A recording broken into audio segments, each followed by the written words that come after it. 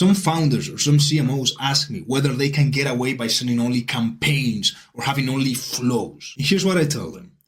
Campaigns are like the spark that you need to start a fire.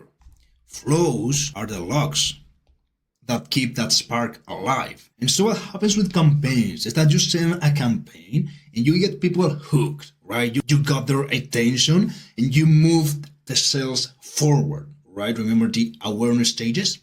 That's what a good campaign does. And so what is going to happen is that they're going to click the campaign, and then most likely they're going to go into a product page, right? And if they buy, if they click add to cart, make it to checkout and buy, perfectly. That's what we want. But that's not often what really happens. What happens is that they will click your email, they will make it to the product page, and then they will leave. And so that is where flows enter the scene. If you have flows like the browse abandonment flow, that is going to trigger exactly when this happens. Exactly when someone views a product and then leaves. And so this is going to be a whole sequence in which the goal is getting someone to buy. So those are the logs. But without this spark, you couldn't have triggered that flow. So that is why you need both campaigns and flows if you want to generate as much revenue as possible.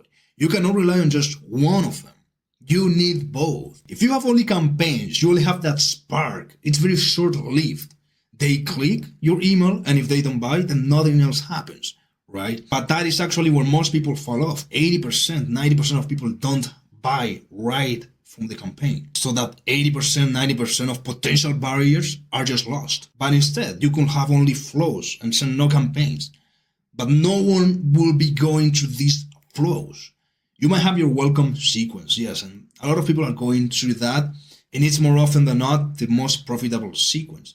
But that same sequence could be also be pushing people into other flows.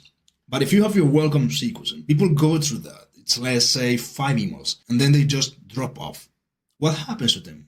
We lost them, right? If we are not sending campaigns, then we essentially lost that subscriber. He's not going to receive any more campaigns. So we need that spark that campaigns create, and then we need the logs that sequences of flows provide. Mix the two and you have the ability to generate as much revenue as possible.